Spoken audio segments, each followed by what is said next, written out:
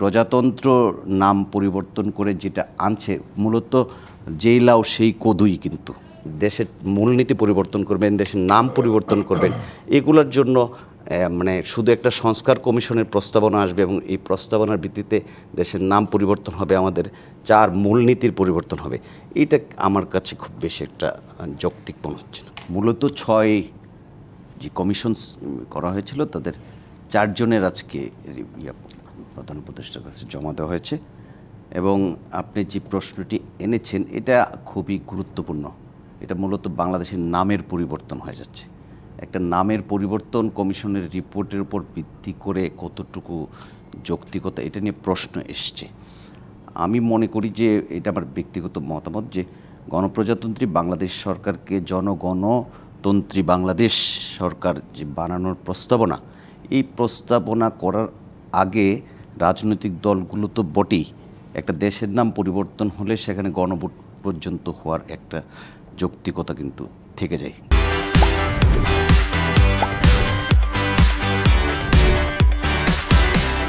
গণমানুষ এই দেশের মুক্তিযুদ্ধের চেতনায় অসংখ্য লক্ষ লক্ষ শহীদের রক্তের বিনিময়ে দেশটা এসছে, তাদের নামটা এসছে, অনেক মা বোনের ইজ্জত গিয়েছে।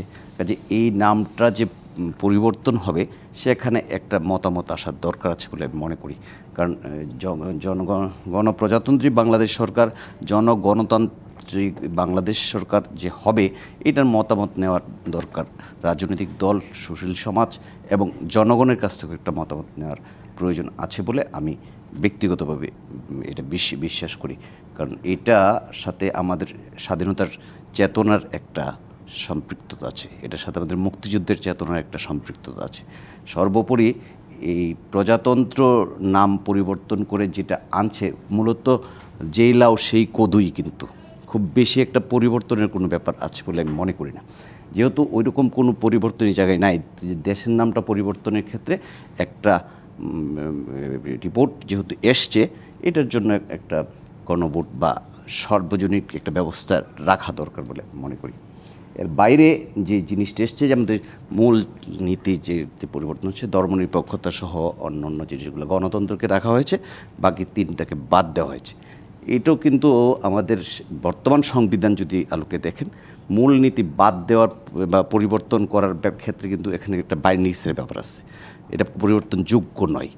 যে এই জায়গাটাও যদি আপনি পরিবর্তন করতে চান, সামাজিক ন্যায় বিচার বা অন্য যেগুলো আনতে চাচ্ছে সেগুলা আনতে গেলেও আমার মনে হয় যে এটা একটা ব্যাপক জনগণের মধ্যে থেকে একটা সমর্থন আসা দরকার আছে। সমর্থন কেমন করে জনগণের মধ্যে থেকে নিবে? আমি তো আগে যেটা বলেছি সেভাবেই, ভোটের মাধ্যমে গণভোট হতে পারে, অথবা সর্বদলীয়, মানে যতগুলা রাষ্ট্রীয় বিভিন্ন অর্গানগুলো আছে, রাজনৈতিক দলগুলোর সাথে তারা এটা শুধু রাজনৈতিক দল কিন্তু সমস্ত অর্গান না, তার বাইরেও কিন্তু অনেক ইয়ে রয়ে গেছে। কাজে আপনি দেশের মূলনীতি পরিবর্তন করবেন, দেশের নাম পরিবর্তন করবেন, এগুলোর জন্য মানে শুধু একটা সংস্কার কমিশনের প্রস্তাবনা আসবে এবং এই প্রস্তাবনার ভিত্তিতে দেশের নাম পরিবর্তন হবে, আমাদের 4 মূলনীতির পরিবর্তন হবে। এটা আমার কাছে খুব বেশি একটা যৌক্তিক মনে হচ্ছে না।